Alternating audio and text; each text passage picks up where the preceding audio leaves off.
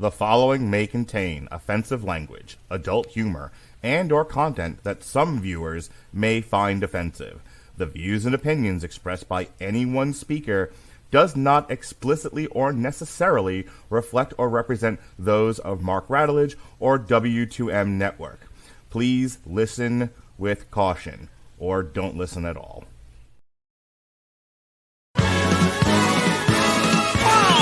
There'll be spectacle, there'll be fantasy, there'll be daring do and stuff like you would never see. Be a movie. Yeah, we're gonna be a movie. Starring everybody And me.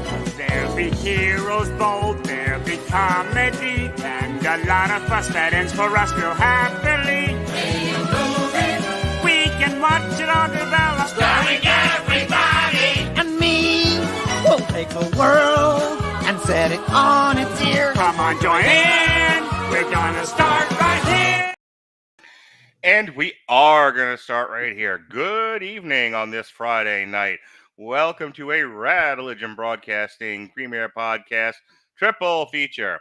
I'm your host, the mandated reporter, and frankly, I'm mortified, Mr. Mark Radulich. And over there is the happy couple from Frankie Pictures. It's Dorian Price and Mick Wanamaker. How do you do, people? Hello. We're doing good. How are you, boss? Better than I could possibly ever want to be. Awesome. I think you're lying, Grandpa. Not me. And down there, longtime Radulich and Broadcasting Network partner in crime, he's Sean, you're not. How do you do, sir? I am finer than frogs here, my good man. How are you doing? Pretty good.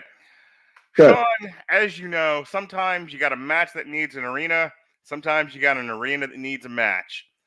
And I'll tell you, this year, the theme for the Radulich and Broadcasting Network is let's just have fun.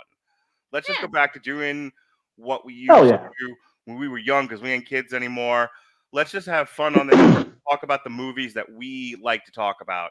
And because I grew up a dirty pervert, that's right. 5 years old, came out, just saw all the boobs on HBO that there was to see. So all the tits. That's right. I saw it all as a kid. And the ones he didn't see, I made sure that I saw. That's right. So that way you could cover both sides of the game. There are in fact tits on this podcast. So while We got the titties on lock. So while all the other kids are watching Sesame Street, I was watching Blame It on Rio on HBO. I'm not saying it was parented poorly. I'm just saying.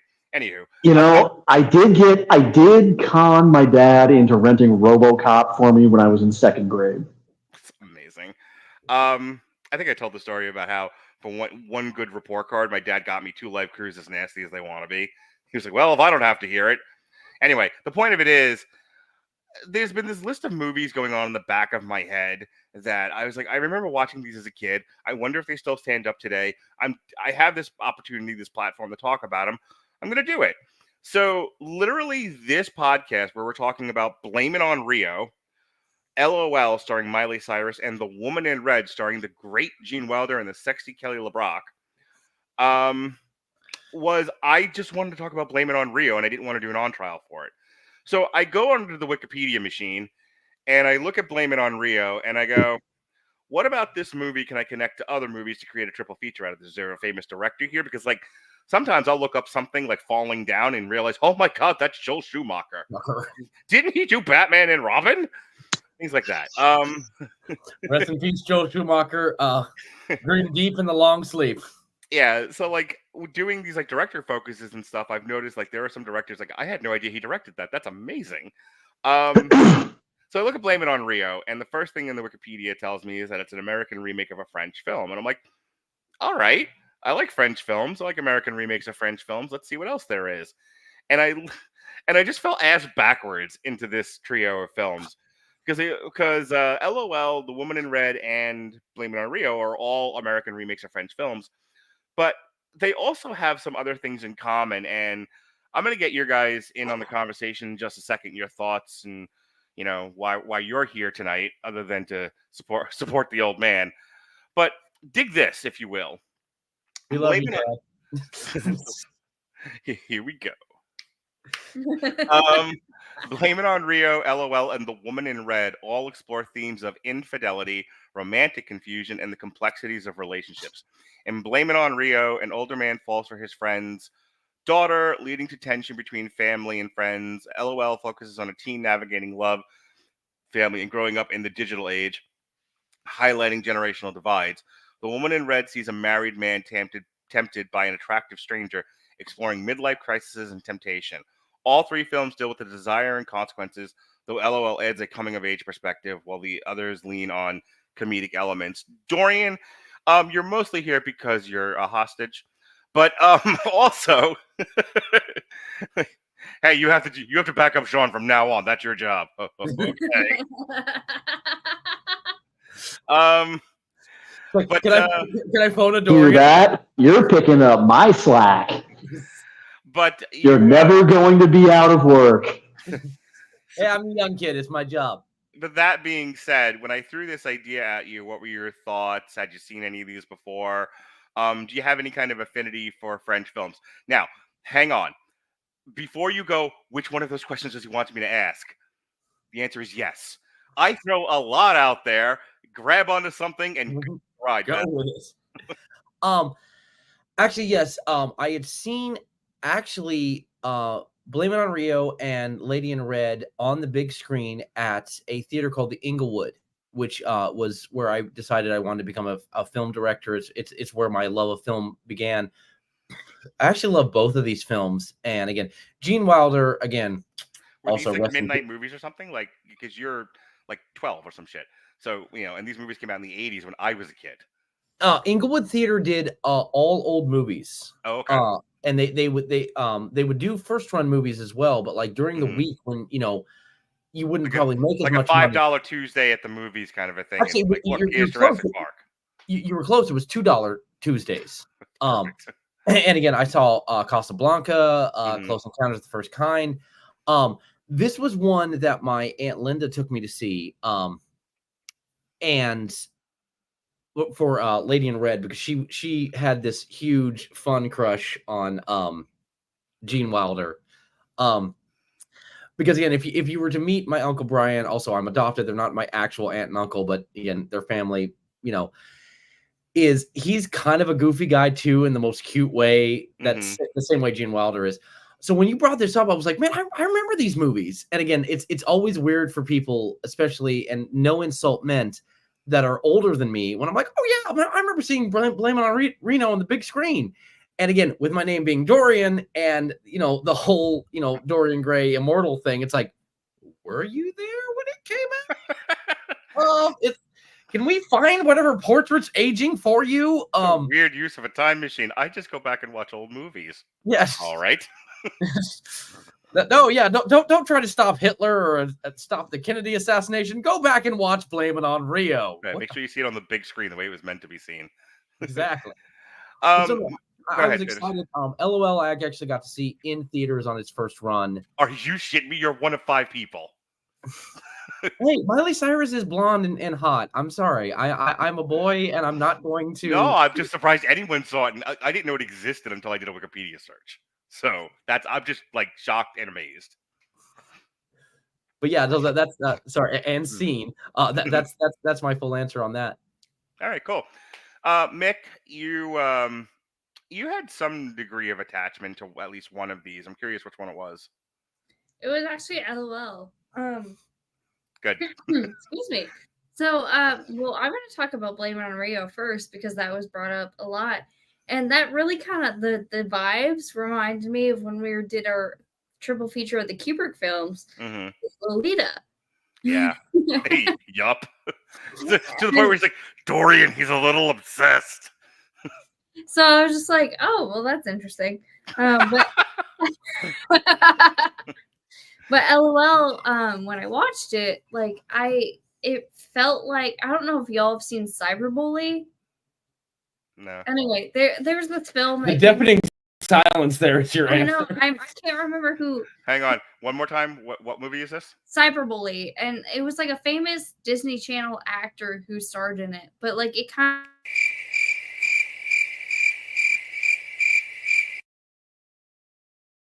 That shit was way old. Family. The minute you get that, you know you're part of the team. I don't remember what podcast it was. I think it was Candyman. First time I was on, and I was mentioning some horror movie that was like attached. That was a Clive Barker one, and I got blank stares from everyone, and I just see Mark do this, and then the crickets come up, and I'm like, the best thing about that is everyone's reaction to it is like, that's not a cricket, that's a grasshopper. It's like, oh God, just go with it. It just reminded me of like that like high school like drama shit. That Yeah. was, if the internet was involved, then they'd pop up with certain things like chats or whatever. That's what it reminded me of. Was just like Cyberbully. They always brought up chats, and it was a more serious movie than this was. But like, that's all I could think about. I was like, yeah. I could see LOL resonating with people closer to your and Dorian's age than mine, only because you guys grew up in the, when the internet was an already established thing, social media was an already established thing. And I'll never forget my friend's line. He's a year older than me, but it was like, it used to be if you went to school and you got bullied, at least you could go home and get a break from it. The bullies didn't follow you home typically. Now you go home and somebody points out that someone's made a website of you that says, JoniIsAwhore.com. It's like, this never ends. You can't escape it. Exactly. Yeah. So, I think LOL, which I wish it had been a better movie, but it definitely tapped into an interesting idea. Sean, I threw this out there. It's funny. Sometimes we're gonna do this triple feature with this movie. And you're like, this is it. I've been waiting for this my whole life. And I'm like, all right. So I never know what you're going to react big to. I'm curious about what was your reaction when I threw this triple feature at you. Well, I mean, when you were kind of throwing out this round of movies, I think actually the one that I had that reaction to was Suicide Kings. Yeah, no, you absolutely did. Like I said, I never know when you're going to react big was my thing. Yeah, exactly. Because fuck me, I thought that Alexis and I were going to be the only two people on that channel that recognize that absolute lost gem for what it is. Oh yeah. But these three, I don't really have much of a connection to these three movies. In fact, no connection to them whatsoever. I completely forgot that LOL existed. I entirely forgot that it happened. And I think that it's easily the movie of the three that probably is going to, ultimately date itself the most. Sure. But Blame It on Rio, I think I had heard of it in passing here and there, but I had never seen it. I wasn't even entirely familiar with what it was about. And The Woman in Red, I had also heard of it in that I knew Gene Wilder was in it. I like Gene Wilder. Kelly LeBrock is in it. Like me some Kelly LeBrock. Oh yeah. Who doesn't? But what kind of drew me in was when I read up on them a little bit, and I saw the themes, and I kind of knew that LOL really wasn't going to speak to me all that much. But then again, by the same token, imagine you showed someone from Gen Z or Gen Alpha something like, I don't know, American Pie or Porky or even fucking Kid. Something like that. That's about how much of an insurmountable generation gap there's going to be.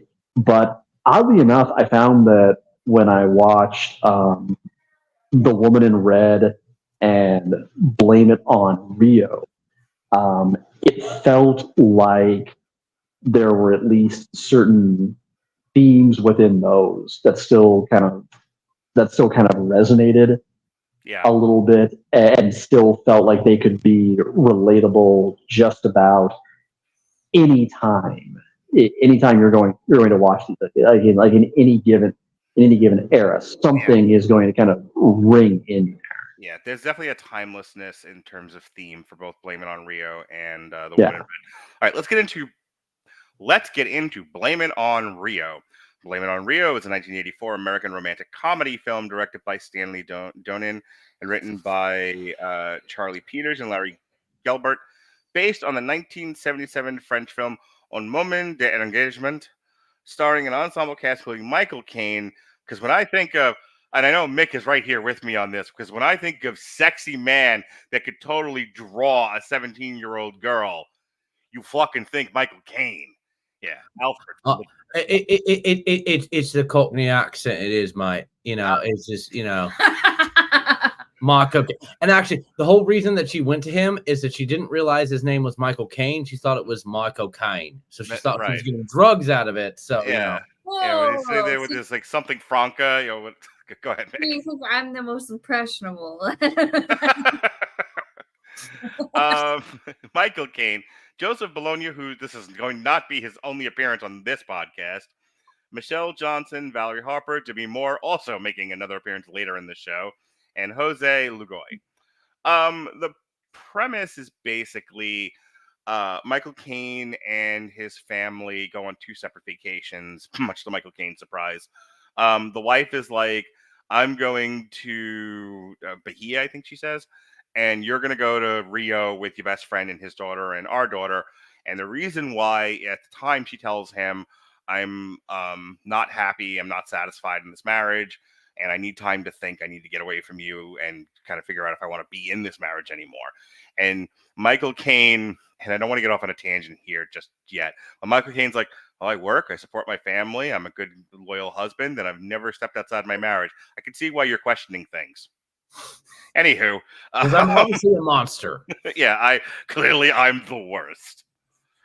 So off to Rio they go. And Joseph Bologna's daughter's a little crazy. She gets there and she's just full of vim and vigor and she's in excitement, and she's like I said, she's a little eccentric. And one crazy night after Joe Bologna's tasting some Rio tail, she corners Michael Caine alone on a beach and she throws herself at him all naked and shit. And he, being a man in a loveless marriage, and that I mentioned he was a man, okay then, and they end up having sex on the beach. And he's thinking, well, that was a one-time thing, and let's not do this again. And she's just like, marry me. I want to be the new Mrs. Michael Caine. And he's like, oh, lordy. And I know Chris Nolan's in your future, and he'll become Alfred. The money will flow. So the next series of events is her continuing to openly flirt with him, and him trying to hide the fact this happened at all because, oh my God, I slept with my best friend's girlfriend. His daughter finds out and secretly seethes about it. This then goes, the next bit of this is because Michael Caine's rejected her time and time again and be like, we can't do this. You're 17. I'm 100. Knock it off. Yeah. No, he's 100 now. He's 42 at the time. So now she's upset, but she can't say why she's upset. So she's like, a boy broke my heart, Daddy. And so Joe Bologna, being a good, sound father and a sane mind, I'm going to kill this boy. So now this becomes a really stupid comedy where him and Michael Caine go searching around Rio for this mystery boy who hurt the girl's feelings. It all kind of comes to a head where the Michael Caine's wife comes to Rio. He finally has to admit to Joe Bologna that he's the one that slept with the daughter, which in turn ends up unearthing the fact that one of the reasons why the marriage was in the state that it was in was actually Joe Bologna and Michael Caine's wife were having an affair. So at the end of Blame It on Rio, Jennifer attempts suicide. She ends up being saved, but then she starts dating, I think, one of the nurse boys that was taking care of her, and she stays in Rio. Demi Moore stays in Rio a little bit longer. Joe Bologna and Michael Caine's friendship is a tatters, and Michael Caine and the wife go back to, I think, Bahia together, and they're not quite back together again, but she's like, we'll talk, let's work on things. I think after this experience has shown us maybe there's something worth salvaging here, but we're not quite there yet. And that's where the movie ends. I will share some of my thoughts and then kind of pepper in thoughts as we start to talk about this. Let me say this. As an elementary school boy, watching this really hot girl throw herself at Michael Caine was pretty cool. And that was really all I ever took away from the movie. I don't think I paid I think that second half of the movie, I didn't even remember as a kid. Like the best shit is her half naked on the beach going, down on her knees going, make love to me. And like, oh, hot damn. Please. Yeah. All Daddy's right. about to watch this alone, if you don't mind. Everyone leave the room. Watching it now as an almost 50-year-old and studying it for film craft. Well, also let's add again. I know this maybe not be part of your review, but also as a father yourself. Yeah. Well, that changes the game. Yeah. And sorry, Sean, not to cut you out too, but you as a stepfather changes the game with the story as well. Yeah, it's gross. There are boundaries. There are boundaries being crossed all over the place. Let me throw this out there. I actually was doing some thinking about like how different was this from the French film, because it played into what I thought about this movie. I'm going to share this with you guys. In the Blame It on Rio, the remake of Un Moment d'Arrangement, both films share the central plot of two friends vacationing with their daughters, where one of the men becomes romantically involved with the other's daughter. While the French film has a more subdued, and this is important, the French film has a more subdued, character-driven tone, focusing on moral dilemmas and the emotional weight of the affair. Blame It on Rio leans into the lighter comedic approach. The French version treats the subject matter with more nuance and drama, while the American remake prioritizes humor and escapism, softening the ethical implications. Yeah, that was kind of my big takeaway from this, and I'll throw it over to you, Dorian, to start us off. Was the problem is it's the best friend's daughter, not that she's 17, and she's younger in the French version, by the way. Yes. The problem is France. Yeah, the problem is more the fact that she's Joe Bologna's daughter, not the fact that she's a 17-year-old girl. I mean, there's some discussion of the age discrepancy between them, and she's like, who cares? Which, look, there are tons of May December relationships. There's tons of age gap relationships out there that work just fine. That's not really the issue. The film, once like there were two elements of the film. There's her who basically she just keeps fucking with Michael Caine through like half the movie. Like she's spelling like, I love you in the sugar, and she's like touching his leg, and she keeps doing stuff, and he's like I'm trying to keep this quiet, and you're like wanting to do a parade of elephants. Like, knock it off, you crazy person. For the benefits of Mr. Kite, I could do an hour on just her behavior alone, but I film discussion, not therapy session. So but once you get past that, then the film is just a slapstick, stupid comedy, which I think worked very well for the 80s, but it also like ages the film a lot, to where like I've watched enough stupid comedies of the 80s to know, oh my God, boy, was this made for an American audience. And that's all it is. It's just it's Three's Company, the movie. If anyone knows that reference to that television show, it is a lot of like, them trying to like hide this secret, and a lot of the laughs, a lot of the comedy just comes from Joe Bologna doesn't know that his girlfriend just banged his daughter, and they're trying to hide it, and that's literally all the jokes over and over and over again. So upon viewing as a more sober film critic-y adult, I don't know if I liked it as much as I did back when I was a kid, but I do think it makes for interesting discussion. Your thoughts, your initial thoughts, Dorian? I think this is a movie that I wouldn't say everyone needs to watch. I think it's a fun one. Like, again, if it's on TV and you're not watching something else, this is a interesting movie to go through. There's a trend in the 80s, and again, I realize I'm preaching directly to the choir when I say this. There was a trend in the 80s that we then would do slightly differently, but also in the same way in the early 2000s, of remaking foreign films. Like in the 2000s, it was Japanese horror films being remade in the American way. In the 80s, it was French or any European film that had gotten any bit of business. Yes, Eddie. Well, no, that's like where I was going. It's like the Eddie Izzard thing is that if the film did any bit of business in America, they'd remake it, and up Room with a View of Hell, Hill, Staircase of Satan, Pond of Death, But this is actually a really good movie in the sense that they use the comedy well, but they also use the drama well, in my opinion.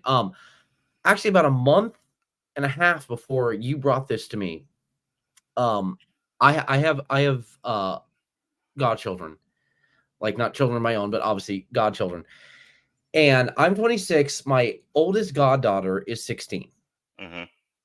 And she came to me and well, she called me. It was like middle of the fucking night. It was like 3 a.m. And again, when your goddaughter calls you at 3 a.m., I was like, this can't be good. Sure. Who died? What happened? She's like, and she's laughing her ass off as I answer the phone. I'm like, okay, well, like if you're laughing your ass off, either you're in that much shock of whatever injury you've gone through, or this is actually funny. And she's like, okay, you remember when you were at my party the other night? I was like, yeah. She had a birthday. She's like, okay, you remember my friend Carrie? I was like, yeah. Who is her friend Carrie is like 18. She goes, well, so obviously we had a whole slumber party for my birthday after that, and she would not shut up about how hot you were. And again, there's the initial moment of like, okay, I'm complimented, I'm flattered, but you are 17 and that's gross. And I also am you're like 16 going on 17. 17. Theater. Fellas will fall in line. It's like I was really complimented, but I was like immediately grossed out because I'm like, you muted yourself, Sean.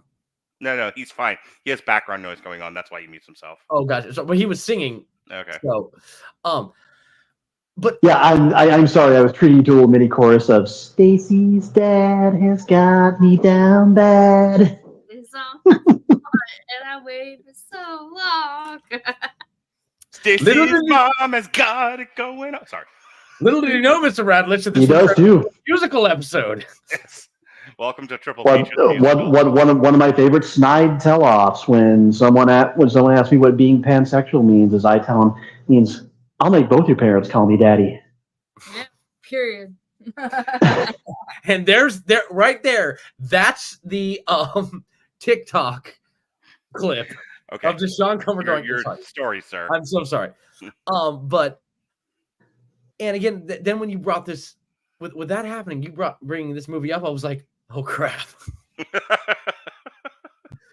again, obviously, I'm not as old as Michael Caine was in this movie, but it still was like that same issue. And then again, rewatching this for this podcast, I was like, wow, okay. But anyways, I enjoy this movie because it's fun in the kind of everything goes wrong way. Yeah, again, it has that Three's Company element to it. Yeah, exactly. Three's Company in the movie. The humor is in the misunderstanding.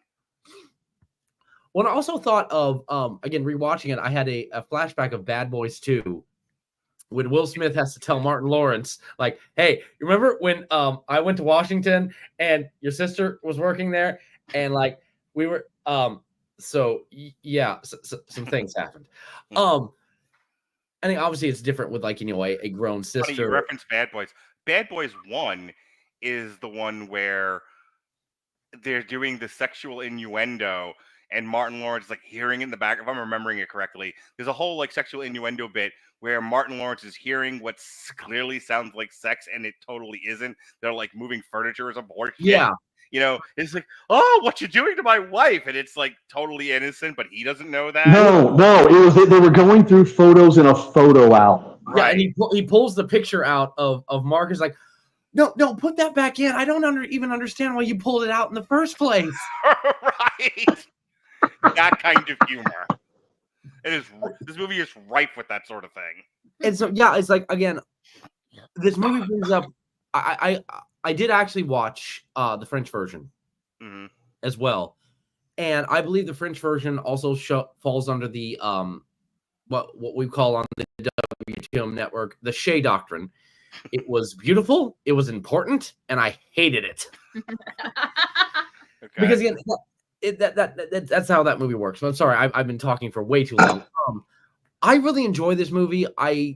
It's not one of those ones that I want to watch all the time, but it's one of those, if it's on TV or it comes on streaming, it's one of those things I've seen Blame It in Rio for a long time. We'll check this out again. I would never have cheated on Melissa, and I will never break the rules of my current relationship with Jen, because these are moral issues, and I am a moral person. However, if I were lacking a moral compass, and I thought, okay, well, I have no moral compass, and I'm going to do what feels good in the moment, I still wouldn't cheat. For everything that oh God, what's her name in this movie? For everything that Jennifer does in this movie to poor Michael Caine. Yeah.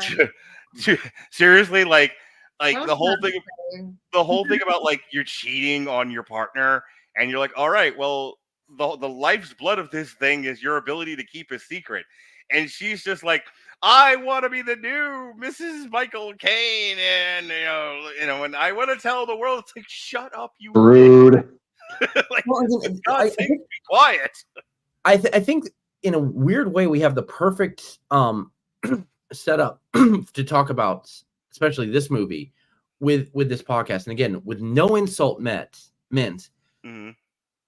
Mr. Radulich, both you and Sean are older than me and Michaela. Sure. Again, one of my best friends, Andrew, my brother, has been on this podcast. If he had a daughter already, which again he could, and we got to that point, I'm sorry, I'm like, you're Andrew's kid, go away. But then, for the same point of view, and I'm not trying to like eat up the entire time here, is that I'm looking at from a 26-year-old's point of view, not someone who is in their mid 40s, moving towards 50s. And that's one of the things about this movie that they really, I think they did well, that also in the French version, but they do well in this one, is that Michael Caine is not an unattractive guy by any shape, form, manner. But again, you're in your 40s, you're like, man, everything's, sagging. You kind of every day feel like Unicron at the end of the Transformers movie as your leg is blowing off and your eye comes out, and right. That's most of my days. I'm sorry. No, say I don't. I kind of feel like I'm aging in reverse. So I feel you. But the whole point being, like, if you are in that position, even if you are in really great shape and you mostly feel good about yourself, this 17-year-old hottie comes up and is like, again, what you were talking about, gets down on love to me. It's that, oh my God, it does help your ego. The little bit that I did date in the last 2 years, and if anyone under the age of 30 actually found me attractive and wanted to date me, that's a huge boost to my ego. Sean, your thoughts, and then Michaela, your thoughts on I know you said you didn't have a whole lot of thoughts on the craft of the movie, so thematically, in 100 to 500 words, what you want to talk about with this movie, Sean? Sure. Well, first off, Dorian, don't worry about cannibalizing Mike time. For years, I have been the guy that ate podcast running time alive, like it was bag after bag of Doritos. So it's about time for somebody else to carry that torch. And again, my job is to back you up. So again, I'm doing my job. But thematically, I don't know. I mean, I'm at a point where, how can I put this? I would say that I do kind of get it. It is flattering. My personal experience, however, has always kind of been that as flattering as it is initially, sometimes you find out that when you're minor Mark's age and you encounter someone who's, who you've got more than a decade of experience on, you approach sex very, very, and so much so that it inevitably does kind of turn it into a train wreck. I think the more accurate depiction is probably more like Kevin Spacey and Nina Suvari in American Beauty, or Philip Seymour Hoffman and Anna Paquin in The 25th Hour. Another great fucking movie we do not talk about in terms of just how great it fucking is, by the way. But I think the thing that I kind of get here is,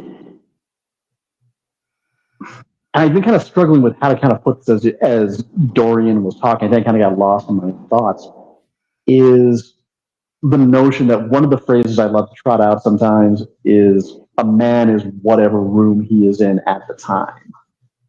And I think that when you're talking about sexual taboos in particular, that's kind of, from my opinion anyway, one of the exciting things about it is just not the very base notion of I'm not supposed to have this, I shouldn't be doing this, what is wrong with me?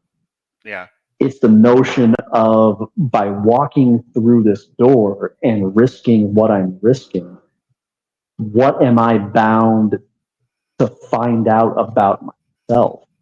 Let me interject that here, might, on your point. That's a big part of Act 1 of this movie is her issue, the wife's issue with Michael Caine, which puts us all in motion, is she's like, he's like, she's crying in the bed, and he says to her, "What did I do?" And she's like, "Nothing. You would have to do something for you to have done something wrong," or something along those lines. Yeah. You know, she's remarking that, you know, I kind of made a snide remark about like, oh, you take care of your wife and your kids and you go to your job and you do everything you're supposed to do. What a monster you are. In the woman's defense, and I brought this up on a previous podcast and, you know, and with people in my personal life, if you're not bringing a degree of romantic energy to the relationship, there is the off chance your partner is going to be bored and listless, restless, unsatisfied, and unfulfilled in the relationship. It's not just about providing an adequate nest. You actually have to put work and energy into the relationship, and when it's not there, the other partner struggles. Go ahead, Sean. well, yeah, and that's kind of the easy trap to fall into, is you do get so wrapped up, or at least you can get so wrapped up in focusing very strictly on being the consummate, tireless, dependable provider, that you kind of neglect even the idea that there's any other role that might need to be fulfilled. Right. And that's the thing, is when you're on either side of that and you step through that door, yes, you're taking a big chance, both on what might be the material cost to your lifestyle and kind of and kind of the dark places it might drag you to personally. But at the same time, you're also kind of sometimes willing to chance that because you just sense innately that there's some untapped part of yourself that you could have a chance to glimpse and know yourself better for having shaken hands with. And that's where sometimes, for some people, that can kind of become worth it. Obviously, we all want that. We all want to strive for that balance as a partner, but sometimes when it isn't there for one side or the other, you kind of start to feel the need to throw something into the pot. And yeah, you might lose it, but on the other hand, if you don't put it in there, you're not going to gain anything, and you're just going to keep treading water in the game, so to speak. And you're never really going to gain anything either way.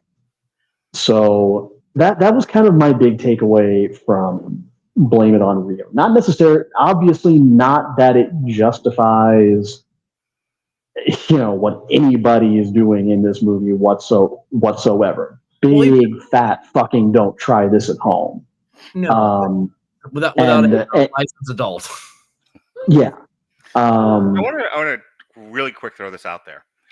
Yeah, if she's 18, it doesn't change that much of the movie, because here's the thing: it's still the friend's daughter, still probably not a great boundary to have crossed, but also he's not sleeping with a person when she throws herself at him on the beach. And Michaela, I am going to get you into the conversation. I swear to God, I needed to address this point, and I'm going to throw it right to you. He's not really sleeping with her as a person. In fact, in many ways, she's very much objectified, but not purposely so. She put herself in that position, but also he, after having been told by his wife he lacks passion, he's too buttoned up. He's like, well, I'm just going to go with this. And he's not really thinking about her as a person. He is thinking about, like, I'm dead inside. This maybe will light a fire, and I'll come back to life, and we'll see where this goes. And then he's like, I gotta forget this ever happened, and she won't let him. And suddenly she is a person. The point that I'm getting at is she is absolutely a person with mental health needs and problems and personality issues. Motherfucker, you need Jesus. And wants and needs of her own, which he doesn't seem to realize until well after he's blown the stop sign, so to speak. And like suddenly she has like a real person he has to deal with. And I think the life lesson in all of that is, you let people into your life, and because like you need them for this or that, and you have to remember that they're also people, and they're going to behave or act a certain way, and you can't control that, and you either fucking adapt to it or don't do it at all. So, Mick, all us men's have been talking about this movie for what seems like 20 hours. What are your thoughts? All right. I had to drink some water for this. Water? I love your It takes a lot of water to wash away New Orleans. Context for the podcast. I grew up with New Yorkers, so that's why sometimes it comes through. Right. Yeah, you, me. Long Island, baby. Long Island strong. New York. Right. No, why I felt this, like, when we did the last triple feature of the Lolita and the Kubrick films. Yeah.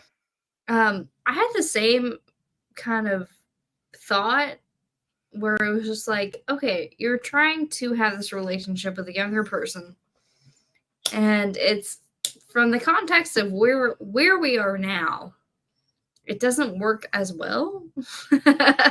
Sure. But no, anyway, I'm going to bring in my own, that's why I'm pausing so much, is because I'm going to bring in my own context to this. Okay. When I was like 10 years old, and the internet just started blowing up, and I could do whatever the hell I wanted on the internet. I was talking to people who were 40 years old, 50 years old. Like, I was definitely that girl who was just like pining for older men's attention. And so throughout this film, I was like, I feel you, but it's not right. Right. And so, like, whenever I was watching it, it was almost painful, because I was just like, don't do that, please. It's like watching a horror movie. You're screaming back in time at somebody who's... Yeah, I know. Well, like, before this was a problem, it was like I was screaming back in time for this. But, like, because whenever she was talking to her friend, it was like, oh, well, I have interest in an older man. And, like, the other one was like, I am too. And it was like, oh my God, please stop, because this is not going to end well. Anyway, but like, no, okay. So I feel like at least people who are my age, who grew up in the factor of, like, there were kids whenever internet didn't exist, and then it did exist. Like, you started talking to people on Omegle and Kick and whatever, and you're just like, oh, well, these older men are talking to me and they're paying more attention to me, so I'm going to, like... Hang on. Sean, you muted yourself again. No, I was intentionally muted. I keep my mic muted when the rest of you were talking, unless I have something to interject. But no, it was just, she said Omegle. I'm just like, oh, Omegle. Dude, because even, like, me and Dorian had a conversation where I was like, so I was, what? I was still, like, 20-something, and no, I was 22, No, I was 20, period. And I went on a date with someone who was 45. And I was like, well, maybe like our interests aligned and whatever. And then I realized I was like, this is not what I need right now. If So I may, I went on a date with I can't remember if she was 18 or 21, and the first words out of my mouth on this date were, "Why are you here?" yeah. And like my interest wasn't like money or anything like that. It was just like we had some interests in line, and we're both cosplayers and whatever. And he just got divorced, so I was probably the young rebound, but but like it was so like it reminded me of all of that, and I was just like, I don't. So with the movie, I'm gonna bring back the movie in this context. I mean, the whole thing we're here for. You know. The whole thing we're here for. The 17-year-olds being like, oh, well, your dad's hot. And then I'd be like, well, your dad's hot. Like, that wasn't surprising to me, but it also reminded me of the Lita that we talked about before. Mm-hmm. Which, not in the exact extreme. Right.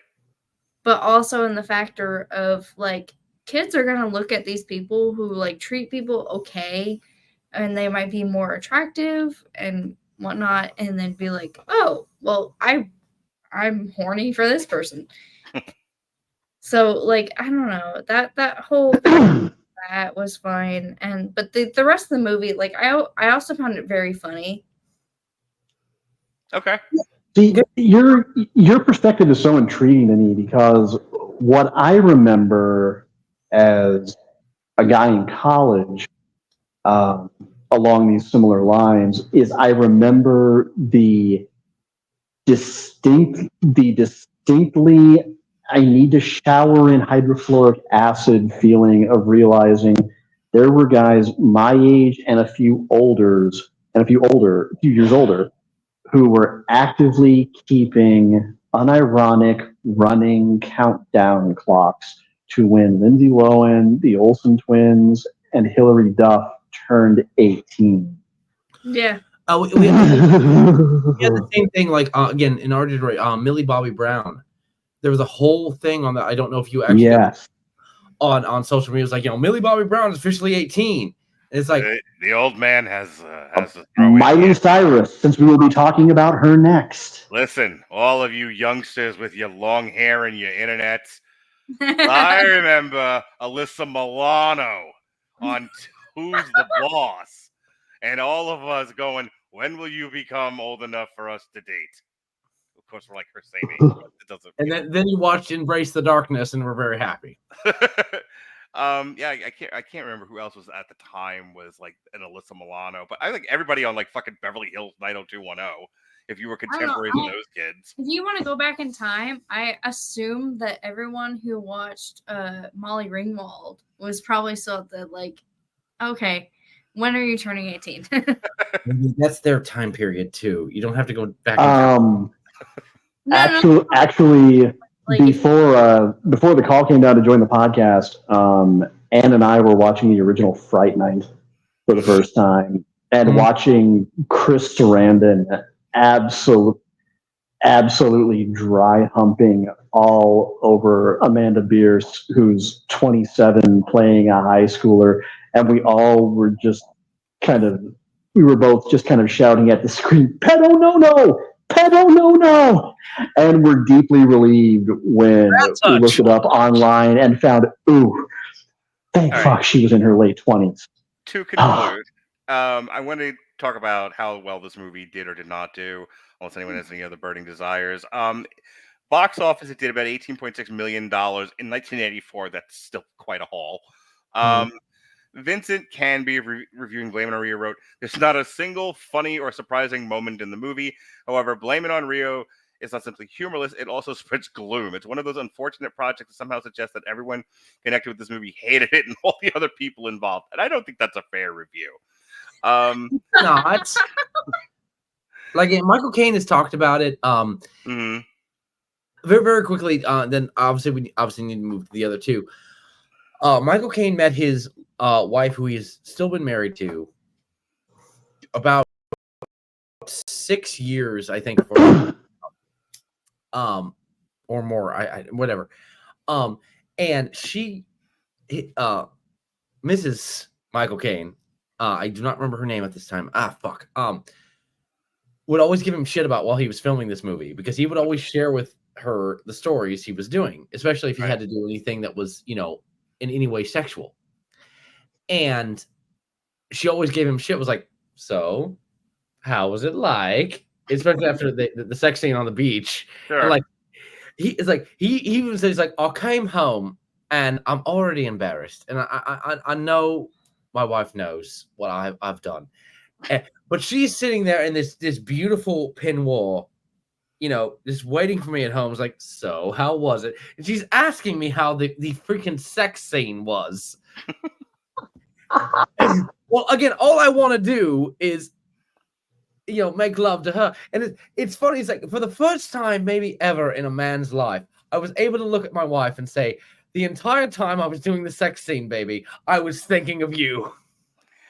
I'll tell you. I could so picture Anne doing that. Leah, thinking about that review, I think my biggest complaint about the movie in terms of craft is that it leans so hard on the comedy because European films seem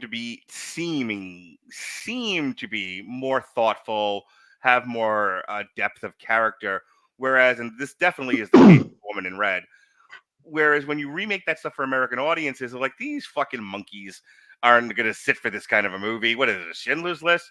You got to put more yucks in there. You got to have someone falling down a staircase. I mean, for God's sakes. Chevy Chase. For God's sake, somebody throw a pie. Yeah, that kind of. I was going to say, this is the country where they thought Chevy Chase falling out of an airplane was the height of comedy. So these shaven apes are going to sit for a thoughtful meditation on, sex and aging. You got to, as Sean said, someone throw a pie. And I don't. So that's one of my issues with the movie, but that you can't ignore what the movie is talking about, even if it's just briefly mentioning it. There is some meditation here on relationships, sex and aging and all of that. Problem is they bring it up, they touch on it, and then it's like, all right, now push Joe Bologna down a flight of stairs. We got to deal with that. And it's like, all right, there's it's a very busy movie, I think, is also another thing with it. It's it's weirdly paced and busy at the same time. We were at the no, baby, go ahead.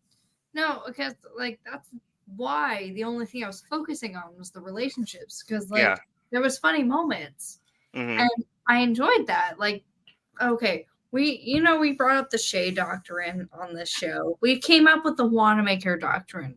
No, it's a Wanamaker Compromise. The Wanamaker Compromise, which is, did you enjoy it? Yes. Were you entertained? Yes. Then it's an okay movie. any piece of art that is entertaining has achieved its job and therefore is viable.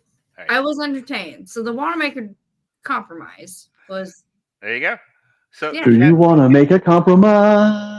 The Canberra Times described Blame It on Rio as, get this, the Canberra Times described Blame It on Rio as one of the worst movies ever made, and definitely the most banal piece of rubbish to have Michael Caine's name on the credits, and he has quite a few bombs to his credit. Roger Ebert gave the film one star out of possibly 4, writing, "It's really unsettling to see how casually this movie takes a serious situation." Who gives a shit about Robert Ebert? It disturbed. You know what? Nobody really wants to say it for fear they'll be stoned and run out of the room. But let's face it, Roger Ebert had a punch on for disappearing up his own ass. Go ahead, sir. Girl is using sex to play mind games with a middle-aged man, and the movie gets its yucks with slapstick scenes, which is kind of what I said. What's shocking is how many first-rate talents are associated with this lead. Oh, look, man, everyone's got to work. Chris Chase ranked the movie in his new breed of exploitation films, addressing the topic of teenage sexuality. Rotten Tomatoes has a 7% based on 27 critics. It isn't clear who is the most culpable for this creepy comedy sheer wrongness, but its smarmy laughs and uncomfortable romance will leave audiences feeling guilty long afterward. I'm going to go ahead and say I don't think people get this movie, where it's good, or forgive it where they should. I think it's getting a much harsher rap than those critics give it credit for. But that also might be just, it's the year of our Lord 2024, and people think differently now about things than they might have back in 1984. Any final words on this? If not, we'll move on to LOL. So if they're thinking about that, like the people my age who might come across this film need to remember, like I'm 22. So if you were in the age that internet was just coming to be, and then we had those apps or whatever, you need to remember what you did on Kick and Omegle. Okay. Because we all did it. That's fair.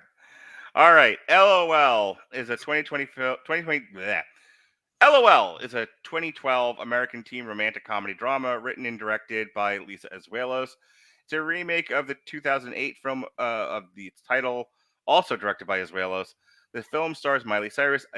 So if you like Demi Moore as a teenager and blame it on Rio, here she is many years later as a mom. Ashley Greene and Adam Sevani.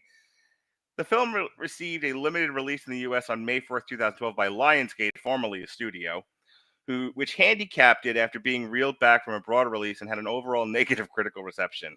The film missed its budget box office gross by only $500,000.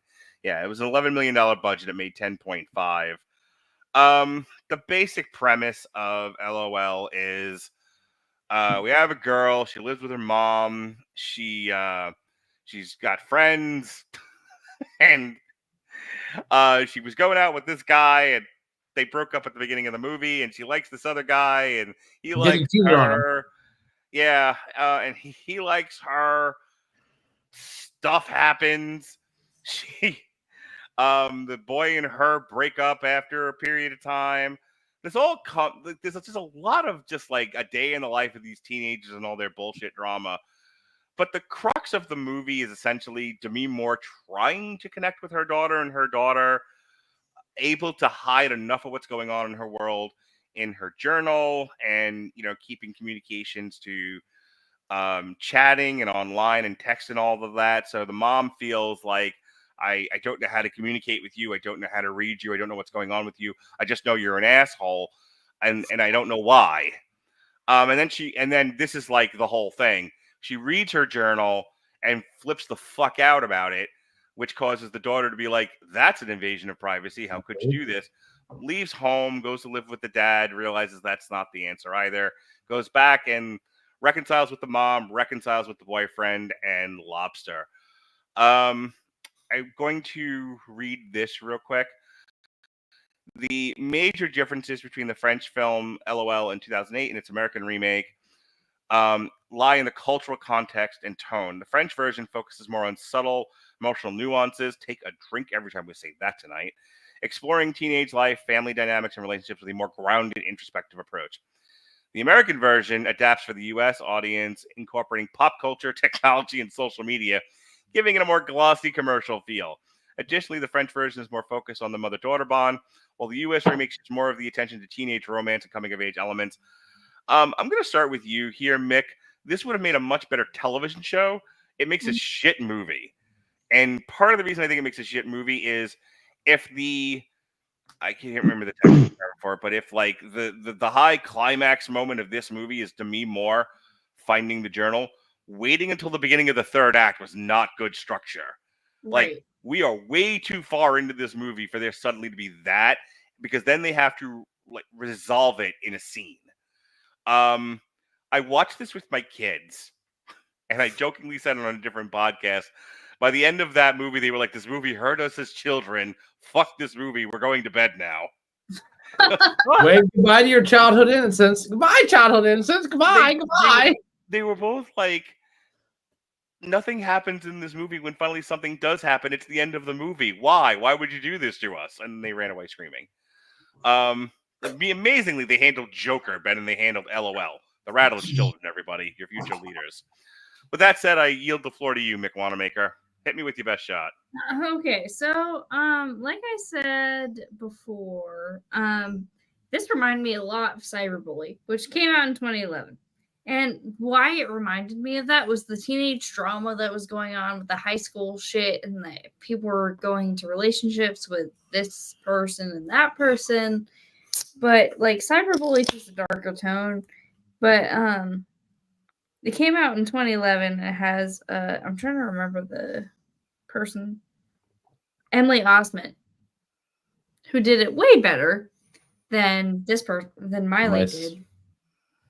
Because it just like Miley, I felt like she took her serious acting and tried to hone it in, but it didn't exactly work for me.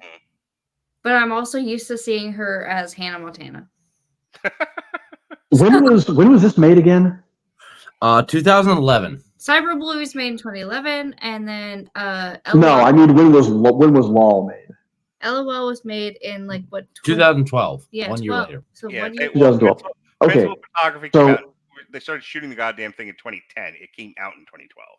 Well, okay, but the point that I'm getting at is, I think I'm kind of able to forgive Miley's acting a little bit because got to remember the Miley we're seeing now is a far fucking cry from the Miley we were seeing then. She's really grown into herself as a more kind of sometimes nuanced, thoughtful woman than she was at the time. And of course, no judgment, because at the time, who can blame her now that we have kind of an idea of what she was going through?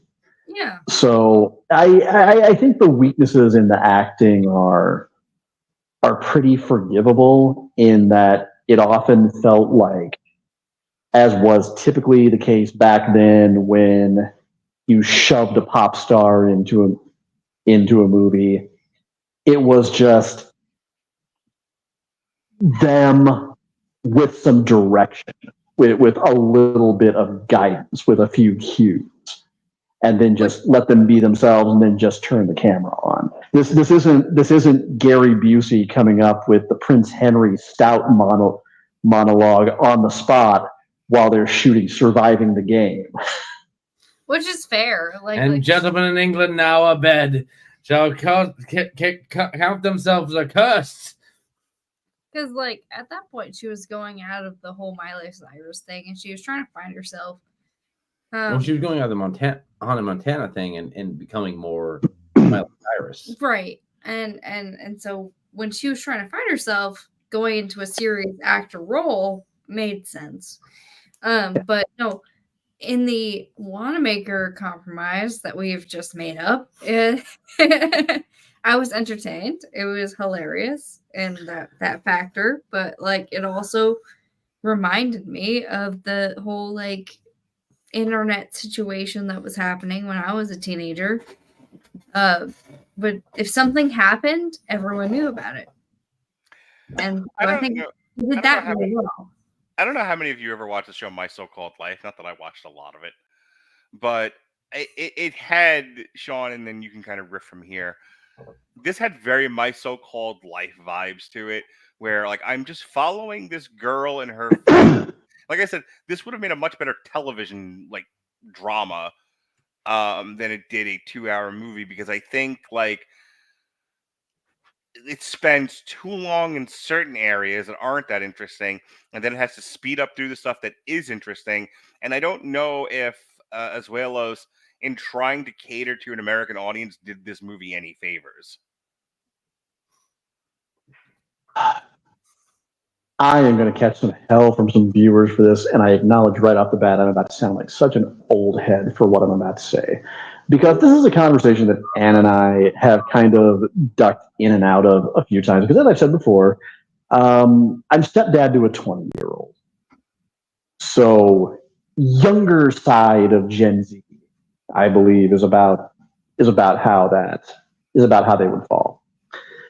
And one of the things that we've kind of commented on sometimes in terms of the entertainment that they gravitate towards versus that of my generation, elder millennial, or that before me, Gen X.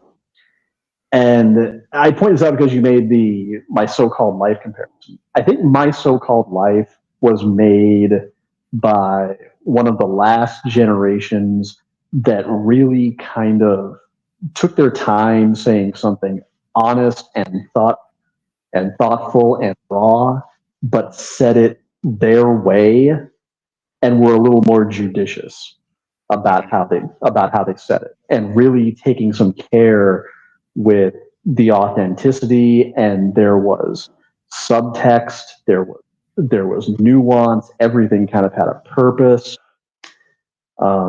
Whereas with this particular generation, especially that I feel like this movie was geared towards, it feels more like they want everything to be straight to the point, but the way it's coming across, either purposefully or, without meaning to, is that it's all just, everything is flashy style and kind of sometimes can't really be arsed for substance. Couldn't be bigger. It's just everything is what it is. There's no bother for commentary or meaning or anything like that. And it's, a lot of it comes across, I see it most in my kind of being one of the horror guys on the podcast. The fixation on, in video games, it's mascot horror. This generation has Five Nights at Freddy's and Poppy Playtime and all that. And my generation had games like Silent Hill 2 and Fatal Frame, Clock Tower. On the latter end of the spectrum, I don't feel like the generation we're talking about could make something like The Last of Us. That is quite that contemplative. If we're talking about horror, like I said, it's stuff like creepypastas, the couple of Slender Man movies that they've attempted, a lot of the analog horror that's on YouTube, whereas I'm a part of, and I kind of identify more with the generation that made movies like Jacob's Ladder, The People Under the Stairs. We grew up watching things like Nightmare on Elm Street and Texas Chainsaw Massacre. We had great psychological horror. Actually, I'm gonna break in here for a second, because I just saw something. LOL was made by the generation that literally did do all that. And Michaela, do you agree or? Well, I had a point that was like that. What you're talking about, it was literally the generation. So my generation was the creepypasta. It was the whatever Slenderman. It came before Poppy Playtime, whatever. And I understood what you're talking about. Like, a lot of people wouldn't appreciate this at this time, which I run into a lot working at a Halloween store, because we literally have sections at the kids section that's Poppy Playtime. And I never understood why, because that's not a kid's game. Poppy Playtime, is that like Bluey? No. Well, but that's the thing, is even if they're not the ones that are making it, that's still the generation that's kind of eating this stuff up with a spoon, really, and that's who it's being geared towards. And it kind of feels like, even if I kind of got the exact generations a little bit wrong, I still feel like there's still a point to be made about the fact that this is kind of, and don't get me wrong, we've talked about how I feel about American Beauty before.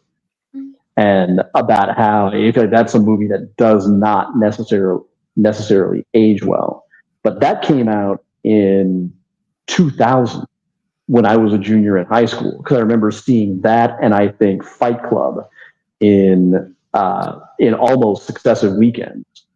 Thank you, Shay. And Shay Wall, for obviously watching the show. But her comment said, "I was the creepypasta generation. None of Hollywood has gotten it right." Period. Sorry to interrupt you, Mr. Comer, but that was a good comment. So no, but that still kind of feels like, even if the generation is making it, that's a little that's a little bit older, that kind of still feels like the generation to whom that media belongs. And it feels like they're kind of coming into their own creatively as adults without some of the same influences of real substance that our generation. I think that's more like what I was trying to say, even if it got muddied in my maybe getting a few things mixed up, is, you know, our generation, and by our I mean me, Mark, Mick, Dorian. I think we had this conversation when we all got together in Westport the other night to talk. I seem to remember, and it kind of makes me concerned for the fact that our generation got to grow up on social commentary and coming of age commentary and kind of meditations on the state of our generation. Like I said, like we had kids, we had Rent, we had American Beauty, Fight Club, movies like that. Whereas this feels so kindred to a lot of movies that you know these damn kids be eating up nowadays, that I watch now, and I don't get the same sense of really that anyone is really trying to say anything, or that there's really anything to take away from it. Well, taking it back to the movie for 1 second, what the movie was trying to get at was, and I can. The fun thing about this particular podcast, and is this has been the least movie crafty podcast I've done in quite some time, but it's fine. These podcasts go in the direction, you know, we just go with the flow here. Be like water. So I don't mind the fact that, you know, we're not focusing so much on craft tonight. So I'm going to throw in my 2 cents in terms of personal relatability to LOL. What I think the movie is getting at is something that I have very much struggled with as a parent, and that is, how do you communicate with your kids? How do you talk to your kids? How do you reach your kids? With the added hurdle of the internet and social media. I talk to my kids every day, you know, every day that I have them, every day that I'm with them, and I'm asking them questions, and I'm engaged with them, and I am eliciting their opinions, so that years from now, when they're on a podcast and the host throws it to them and says, "What do you think about this?" they go, I don't know, because no one's ever asked me my fucking opinion before. I don't know what the hell to say. So we're building those muscles now. See, for future generations, you ask kids what their opinions are, so they become adults who have opinions. Yeah. Anyway, my point being, there's a blind spot that I struggle with. You know, like my son loves to tell me about the thing he found out on TikTok, or steal someone else's bit wholesale and then regurgitate it to me as if it's his own, because he's like his father. He's a hack. Kind of what I mean, yes. And then I'm like, what the fuck are you talking about? And he's like, it's a thing I got from TikTok. It's not stealing, it's borrowing without permission. Sure. With every but may I make a little bit of kind of, let's call this an open-faced compliment sandwich here for the time being. Because I've kind of, I said that whole negative thing, but you mentioned TikTok. I just want to throw this in real quick. There is something about this younger generation, Gen Z and Gen Alpha, that they have that I kind of wish we would have had when I was growing up, because it would have made my coming of age far less turbulent than it is. And that is the fact that one of the more positive things that I have seen about the embrace of TikTok in particular is,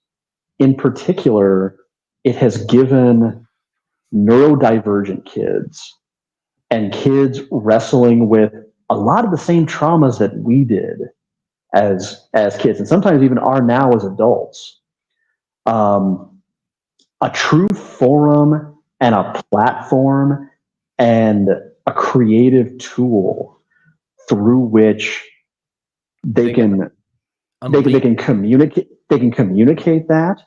They can find bonds with each other. They can find common ground. They can help each other heal. They can help each other cope. you kind of inadvertently hit on exactly what my problem is, which is what I was trying to get to. I don't know who my I'm kids are sorry. I don't know who my kids are talking to. I don't know what they're doing half the time. One's on a computer, the other one's on a phone, and I don't know. When I was a kid, back when this, men were men and the sheep were frightened 100 years ago. What's the Garrison Keillor line where from Lake Wobegon? His opener. I would talk to my friends on the phone. My parents could visibly see me. And again, this is how old I am. Phones used to have a cord, ladies and gentlemen. And you are only a rich family if your cord stretched for 80 miles. See? And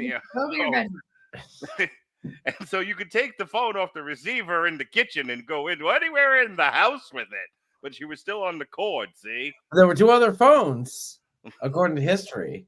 That Right. Your parents could be listening in while they cover the receiver, so they're like, So they my didn't breathe into social it. outlets where I talk to kids at school or I talk to them on the phone, my parents could physically see me. And if I'm on the phone with my friends and I'm saying blah blah yakety schmackety, if my parents are that interested or that worried, they're there. They can see me. They're involved. I don't know who my kids are talking to. I don't know what they're talking about. And the only time when my daughter is on the computer, I don't know if she's on social media. I don't know if she's on YouTube. I don't know if she's on TikTok. I don't know if she's chatting with people. There was a point where we gave her Snapchat a few years ago. And I said to Melissa at the time, I'm like, what does she need to be doing with Snapchat? Isn't that for like sharing dick pics and shit? And she was like, well, no, she likes to play. Yes, but that's not why she has it. She likes to play with the filters and stuff. And occasionally I would have to walk into Lily's room and be like, what are you doing and who are you doing it with? That's just me trying to wrap my head around parenting this aging child.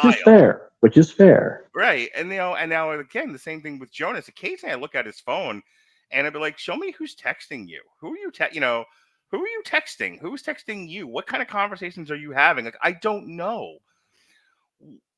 Are you checking your camera or are you trying to interject? I'm raising my hand. Okay, you are trying to interject. Hang on, student. I will call on you.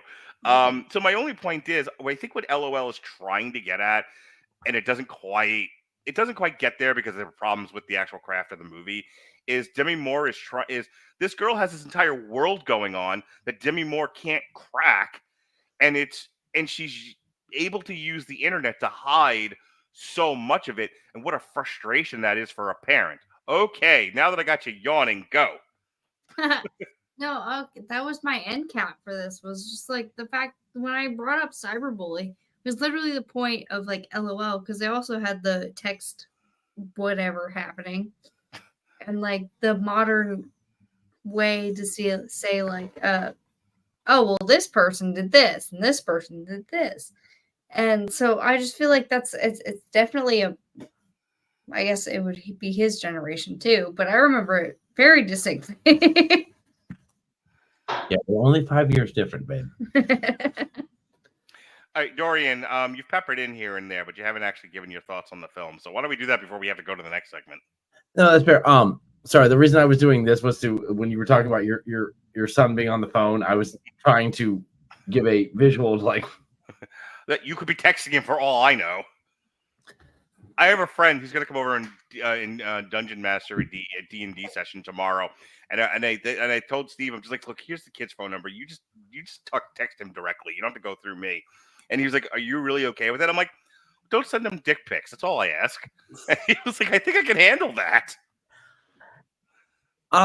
Because of the bullying that I went through, because my legal guardians, for anyone who's tuning in that may be a fan of Sean Comer that hasn't seen me yet, I am an adopted kid, so I got through very stupid ideals sent to private Christian school, which is normally for rich people, and I was bullied the crap out of. I actually liked this movie because I was like, dude, I feel you.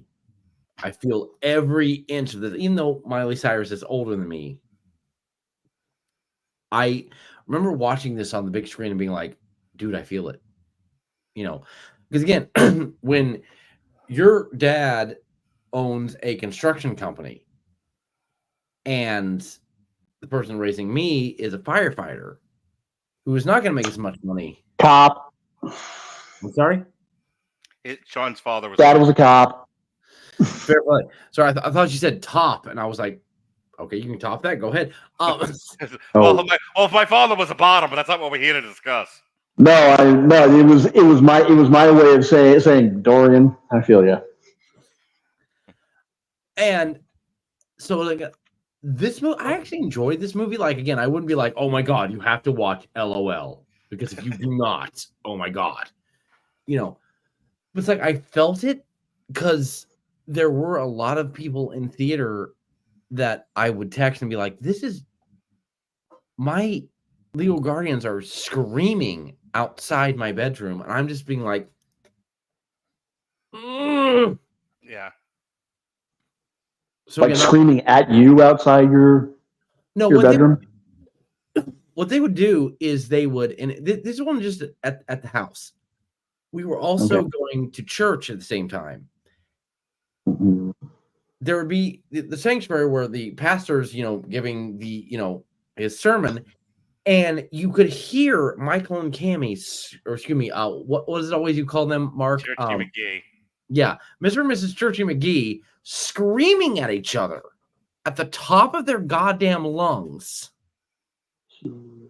And I'm sitting there being like, I have nothing to do with this. I'm the kid. I'm sorry. And then everyone giving me looks like, wow. Like it's my fault. It's like, yes, I'm 6. I have the power to be like, stop. I have spoken. So again, this movie spoke to me in the sense that it's like I felt the understanding of the bullying. I got, again, the since we've talked about the difference between generations, the whole wedgie and swirly thing. Oh dear sweet God. Dorian, if you don't mind, let me interject something really quick. Please. You said something and it triggered a thing in my head.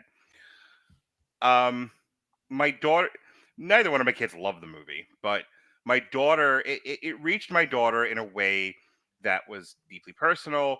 She could identify with the characters. She could identify with the interpersonal drama. Mm-hmm. My daughter is both asexual and aromantic. Okay. And I know that because we had a 2-hour-long conversation about that. And there's a couple of different things that all kind of pinged at once. So my daughter watched this movie and she could at least empathize with these teens having personal strife, even if romantic connection and dating and all of that isn't something that particularly interests her, and neither does sex. And my son thought this was the worst movie he'd ever seen, for the same reason by the conversation in the car where Lily and I were talking about asexualism and aromanticism and where we both lie on both of those spectrums. And my son wanted to throw himself out of the fucking car because not one time did we mention Deadpool's penis. Not once. And, and so, I have a 10-year-old boy who doesn't really want to talk about romantic relationships or non-romantic relationships. He wants to talk about comic books and weird shit. And then there's my daughter who, while she's not personally drawn to romantic relationships or sexual feelings, is interested in how people relate to each other, how their relationships work. Well, your son's like 9, right? He's 10, yeah. He's 10. 10. Okay, that makes sense. Yeah. I mean, he's acting like a 10-year-old boy. I don't hold that against him. But it was funny to me because, like, so much of both of the... I mean, when I started taking my kids to the movies, I was taking them to... Well, when I started taking them to the movies, I was taking them to the cartoons. But, when I started taking them to the live action stuff, it was a lot of the Marvel stuff. Mm-hmm. Like, they grew up on action. They grew up on big-time action and science fiction. So we're expanding into different areas. So I showed them LOL, and my son's like, and that he's not used to watching that kind of a thing, and he's not interested in what those people are doing on screen. On top of which, it's not the world's best paced movie. I cut you off, Dorian, but I kind of wanted to throw that in there because as hearing you talk about how the movie resonated with you reminded me of how it resonated with my daughter. That's fair. Yeah. And again, Lily, if you're watching, I say this with all respect and not trying to be weird in your way. We need to hang out. Yes, Dorian. Next time you come to Tampa, you can hang out with both my kids. That's the plan. Dorian, we're in Kansas City. You're welcome to come hang out with Ann and I and our kid anytime you want. Hey, hell, I'd be willing. You too, absolutely. So you were saying about LOL, and then we got to move on to the next thing. Again, it was just the whole bullying thing of the situation and being cheated on, even when you're doing everything right. And again, in my case, when I got cheated on, I was being horrifically romantic.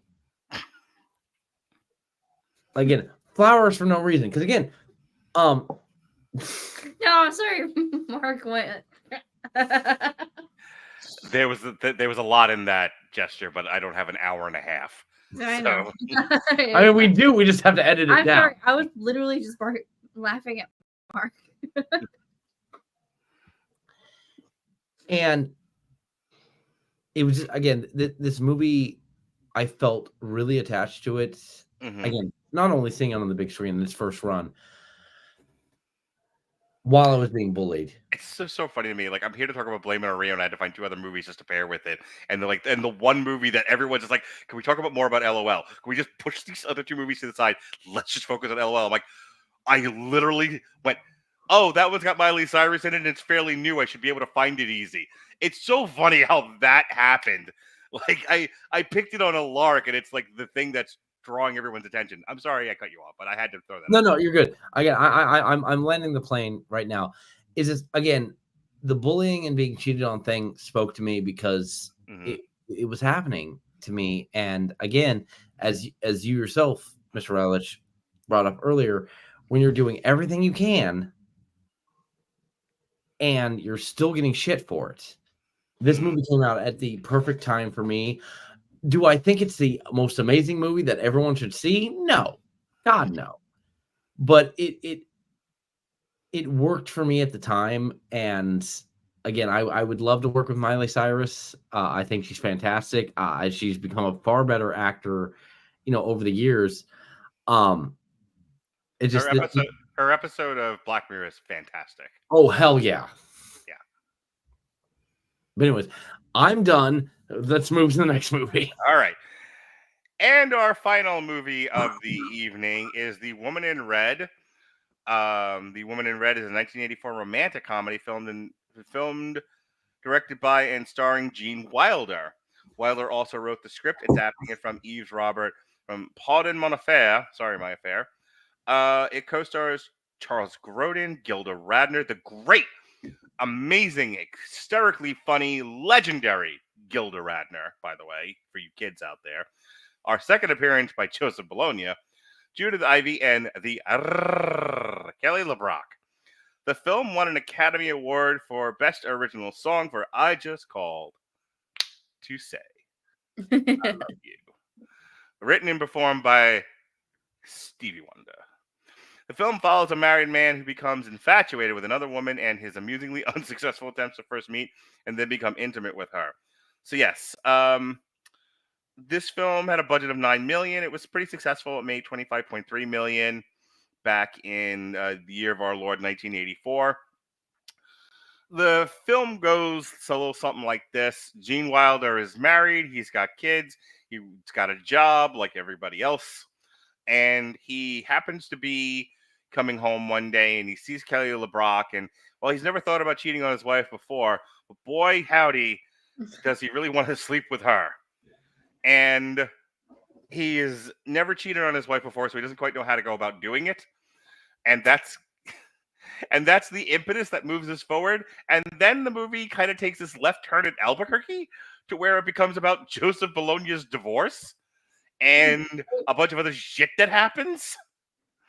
And finally, Chris Bailey, he finally catches up with Kelly LeBrock towards like the end of the movie. They almost kind of get near having sex together, and Kelly LeBrock's husband comes home, and he has to jump out a window, and the whole world sees him do it. And then the moral of the story is don't cheat on your wife. The Woman in Red, everybody.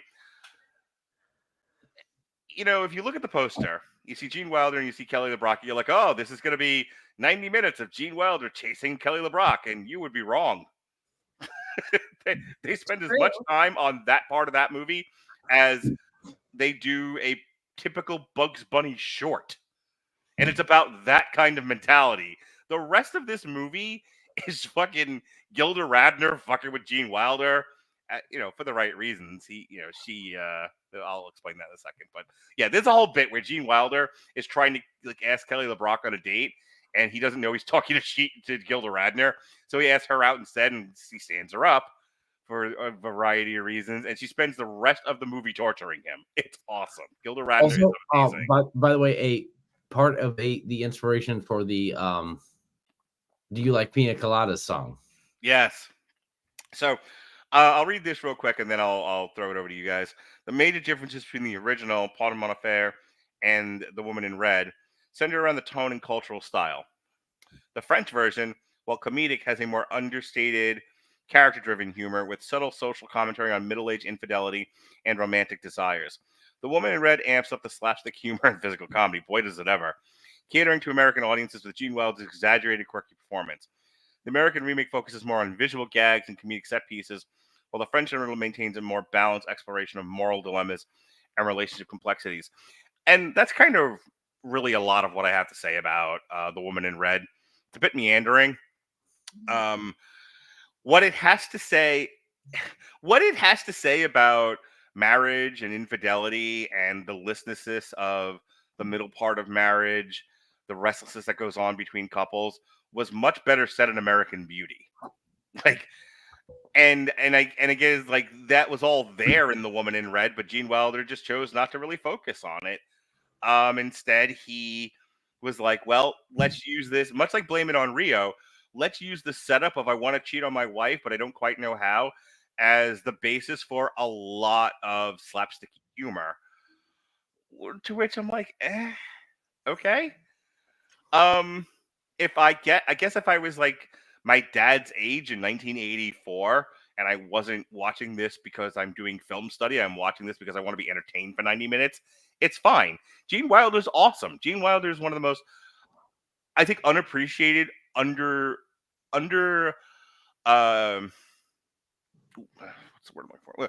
I think Gene Wilder is an amazing performer, and I really think he carries this movie. He has a real charm about him. And like I said, Gilda Radner is hysterically funny, and then Charles Grodin and Joseph Bologna fill out the cast really nicely. It's a funny movie. It's one of those where no one was asking it to be deep, so it's not deep. So I can't fault it for not being something it was never meant to be. But as a film critic, I'm like, this is a bit slight. Dorian, I'm going to go to you first. Did you have to wait 90 minutes for us to finish fucking talking about LOL? Sorry about that. No, I really enjoy this movie because for those of you who are listening just to the audio or even the visual, who don't know, Gilda Radner and Gene Wilder were married. She actually sadly passed away before he did, and much like Geese, he was married for life. You know, it was one of those, he found his one true love, and that was who he's going to be with for the rest of his life. And when she passed away, that was it. Seeing them together, especially a movie like this, is fantastic because you know that Gene Wilder looks at him. Well, he did look at himself in the mirror every day, going, "I am a goofy motherfucker. I do not know how I have this hot woman, but you know what? Thank you, God." And I mean, same thing with Mel Brooks and Bancroft. But what's fantastic about this movie, in my opinion, is that, again, it's the "Do You Like Pina Coladas" song. Is like they don't know that they are that crazy about each other, even though they are. And again, Kelly LeBrock, yeah, she's attractive, yeah. I mean, cool. It's a bit of an understatement. I feel like I just stabbed Mark in the heart there. Let me real quick. I really didn't want to go on another tangent. I wanted to get through this, but for years, I don't know if you know this or not, but Robert and I don't agree on much. And one of the No, really not. No. And I was really surprised the fuck out of Sean too. No, I wasn't present for every single one of those fucking arguments. But one of those things that Robert and I constantly argued about was the looks of women.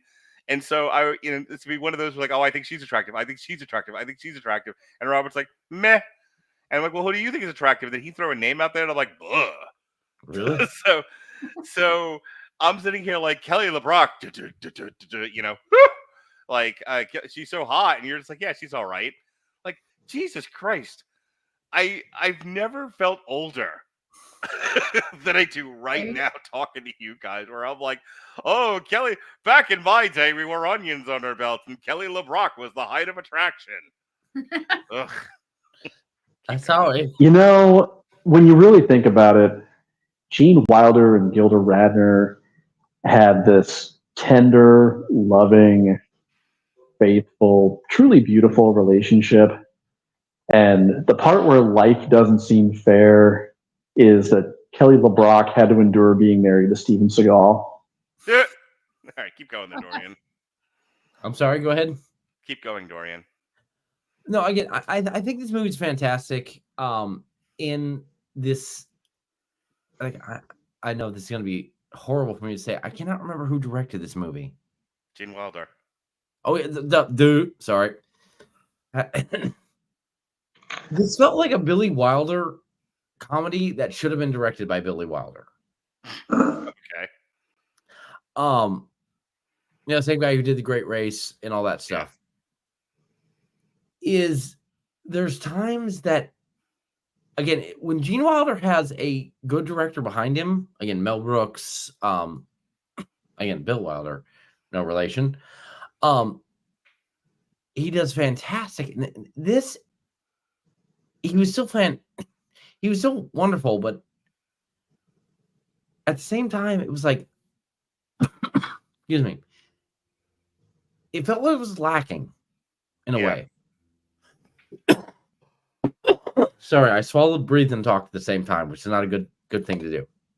But no, this movie is fun. It's very much like Blame It on Rio.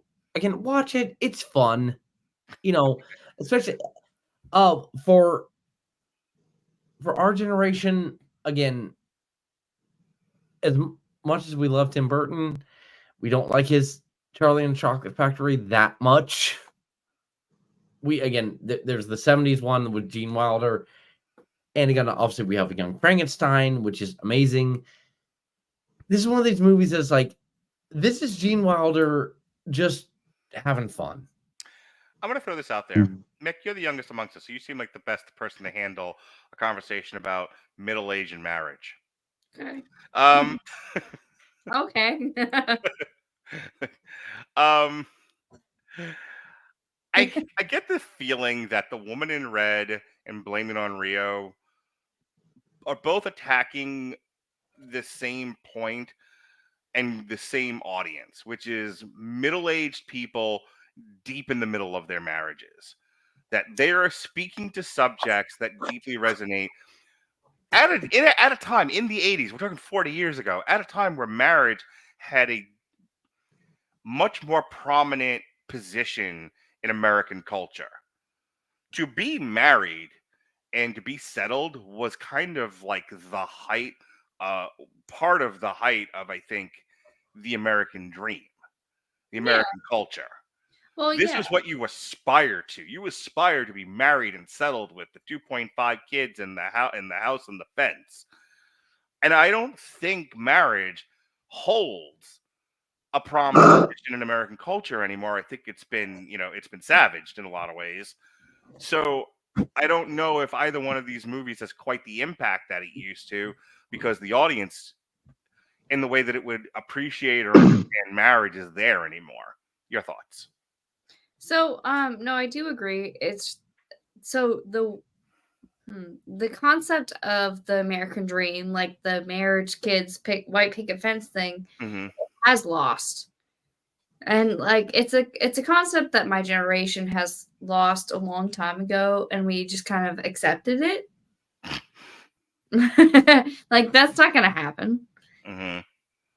But with like Woman in Red and LOL and all the movies that we're talking about right now, it's just like you can't exactly get what you want. Yeah. Does that make sense? It does, because I'm gonna bring Sean in here. Sean and I have been talking about non-traditional relationships a lot lately, off and on, both on air and off.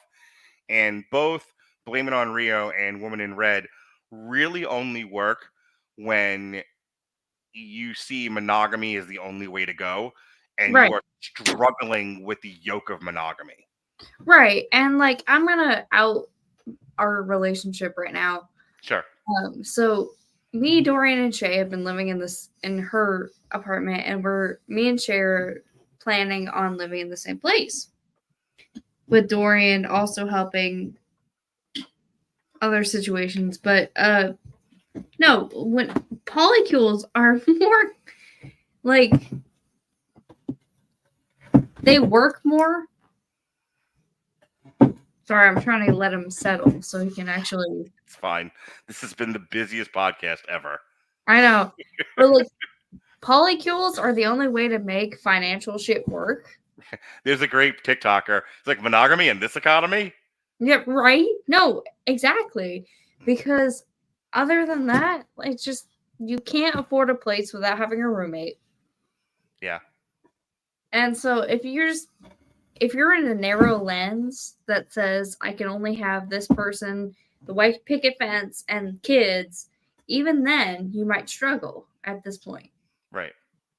But before, like with these movies coming out in the 80s, like they didn't have that concept. Yeah. All right, Sean, I'm sure you've got a lot of thoughts running through your head, so this is your moment. I hope it makes sense for you to jump off of that. I'm sorry. For the people watching, I just came out of work and my brain is fried. My preface, my perspective is strictly from my relationships and the relationships that I've experienced around me, the most critical ones. Specifically, the fact that, I am a child of divorce. My parents split up when I was a junior in high school. Divorce became finalized when I was a senior. My mom was the one who moved out. The relationship had not been happy for a long time when that happened. And I myself have had, historically, my history has been with monogamous relationships up until my current one. And which is not a full-fledged polycule. Is never going to be a full-fledged polycule. We're not looking for another full-time life, girlfriend, full-time partner, what have you. We're in the lifestyle, so it's open pretty much in the sense of everything is almost entirely in the realm of casual dating and responsible sex with other people. So that's kind of where I'm coming at from, to kind of give you some idea. But my opinion is that given when I grew up and my earliest memories of relationships being depicted in pop culture were in the very late 80s and early 90s, when Gen X and my generation started getting real brutally honest about a whole lot of shit. And American conservatives took that honesty very fucking personally.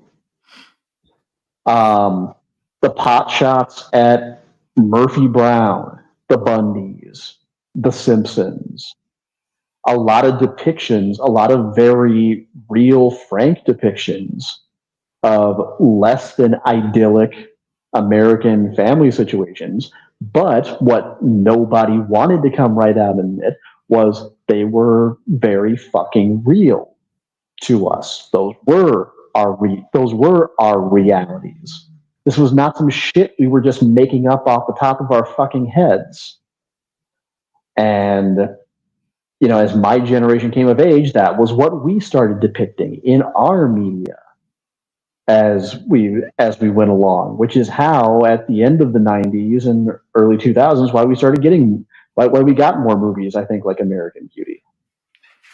And it really did explode the notion that monogamy is not all it's cracked up to be. That classical chestnut of, in my day, if something was broke, we didn't throw it away, we fixed it. Fuck you. No, you didn't fix shit. You swept it under the rug. You made it societally unacceptable to talk about it.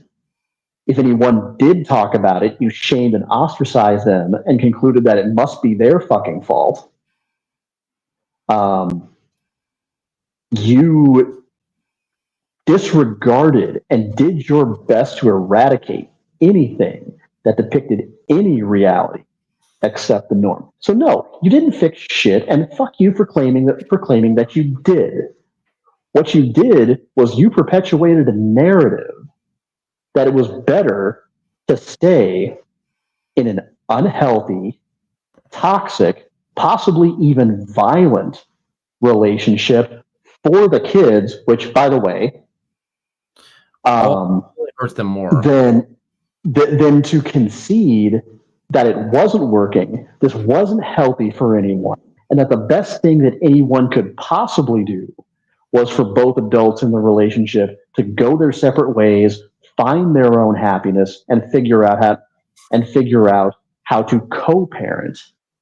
But this movie, of course, predates that realization, where these kinds of feelings and these kinds of realities are, it's treated in a very charming way. When I saw this, the first movies that came to mind were the original Bedazzled, and maybe a much less cheeky, risque rendition of the classic Emmanuel sex comedies. By the way, Mark, when you put these three movies together, did you think we would ever get this deep? Yes, because I've been doing this a while.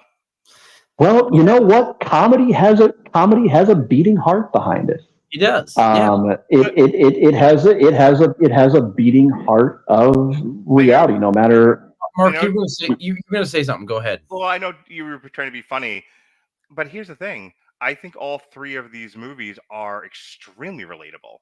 Like I said, before I threw it to Sean, and Sean, I'm going to throw it back to you, but we are almost at 2 hours, so you got to wrap up.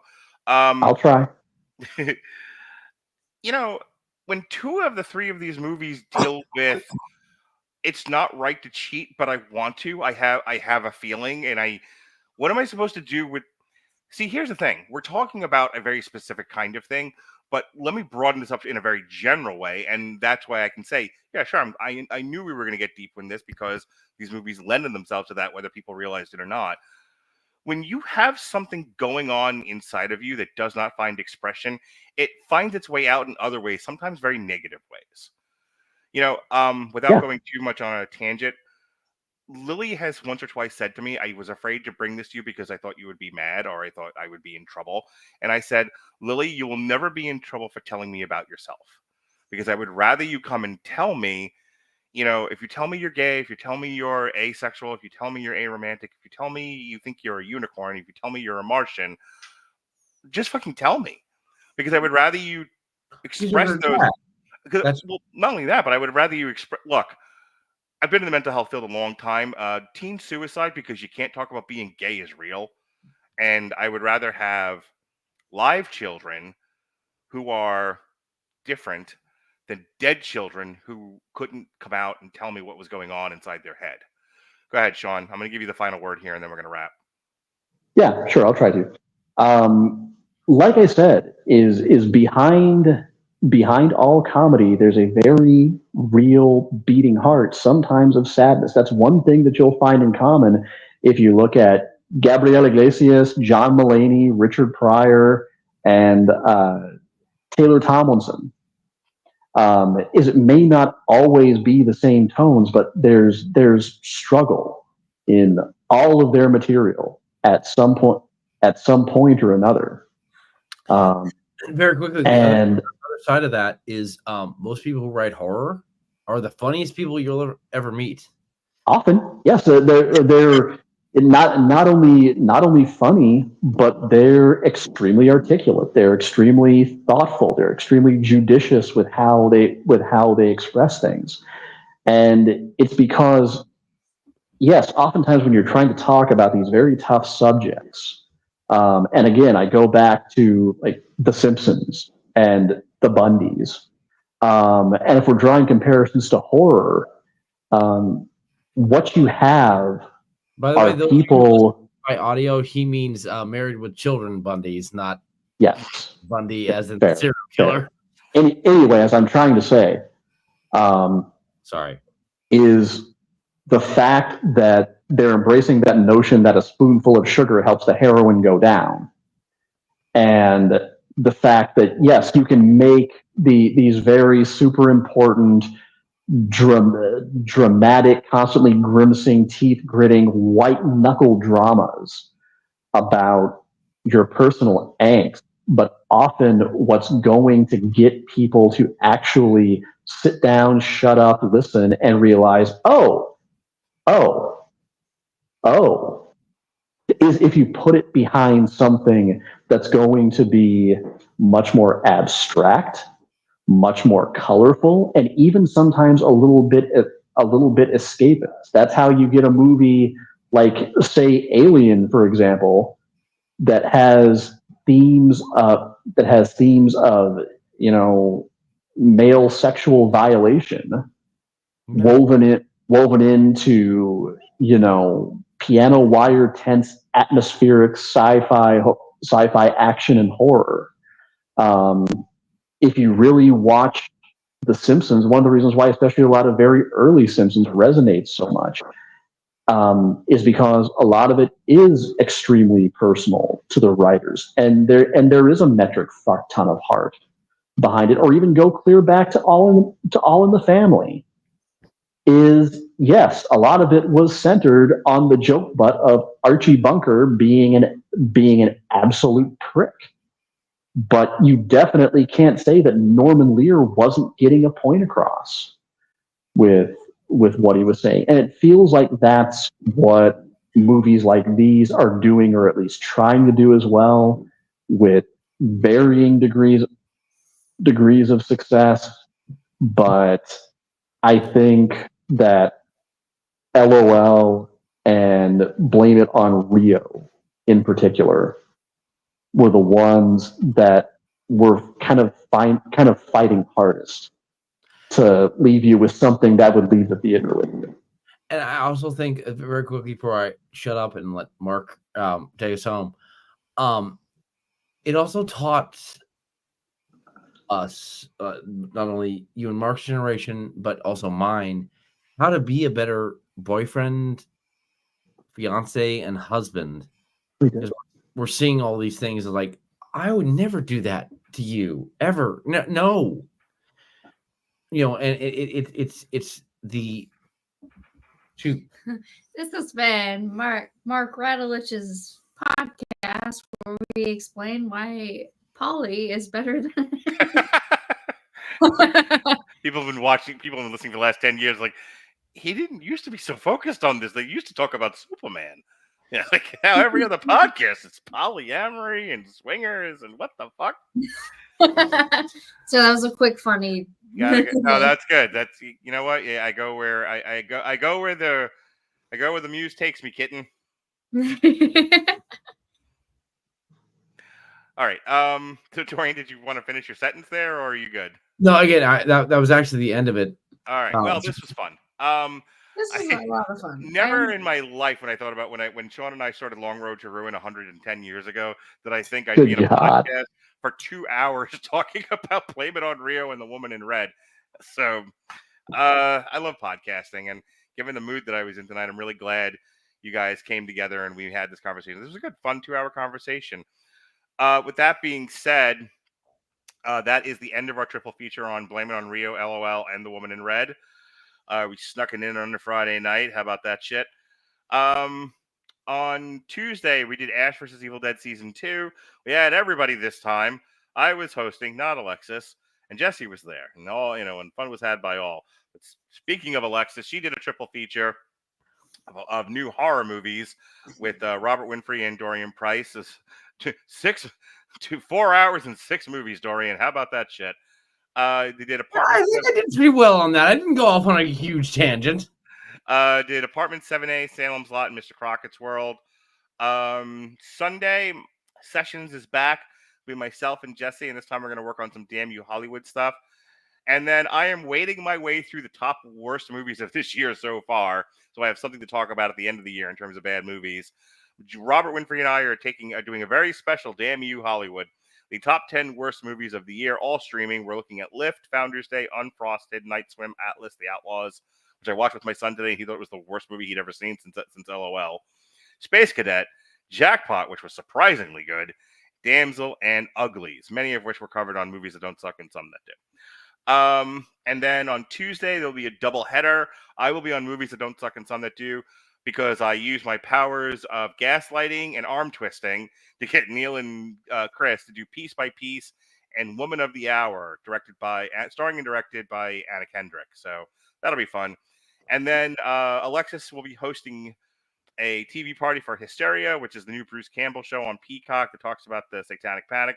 And I will be her guest, and then she will run the show, and I will let her. So that's... Did you hear that, Alexis? He said he will let you run the show. That's right. Oh. I will let you. Passive-aggressive thing, you.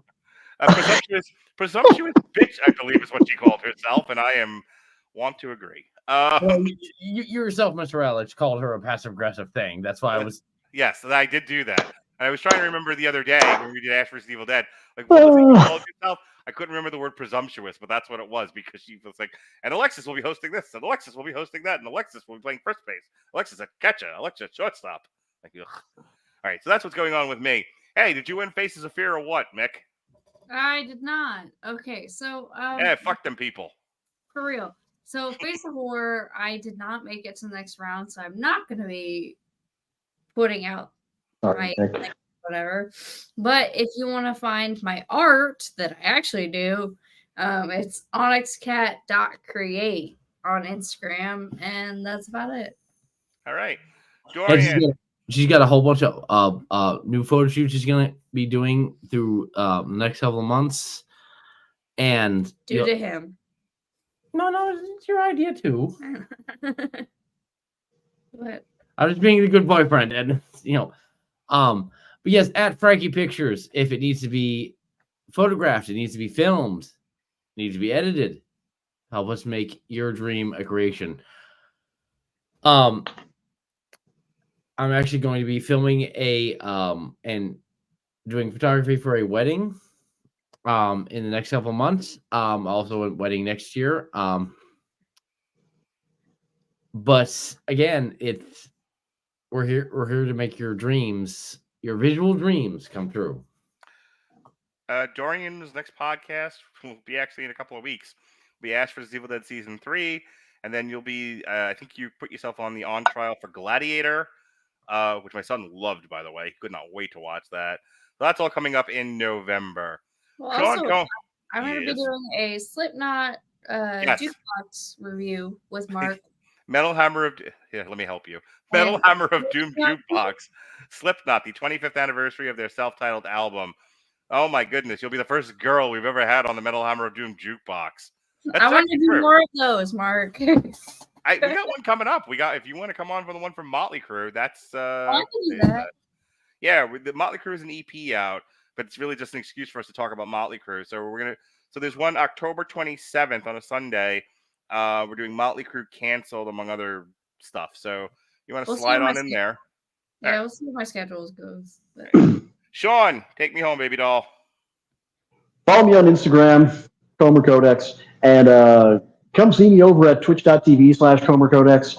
Season 13 of Overwatch 2 just started. I am trying to make a run at gold in at least 2 roles this season. I'm also going for finishing my battle pass and trying to get my next Jade weapon.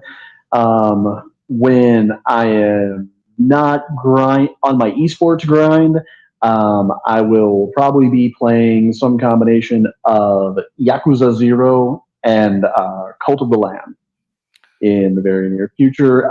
Times and dates to be announced. I kind of try to ease back into a more regular schedule. All right. I think you're actually done for this year, Sean. Unless Am I really? Unless you're throwing yourself into something.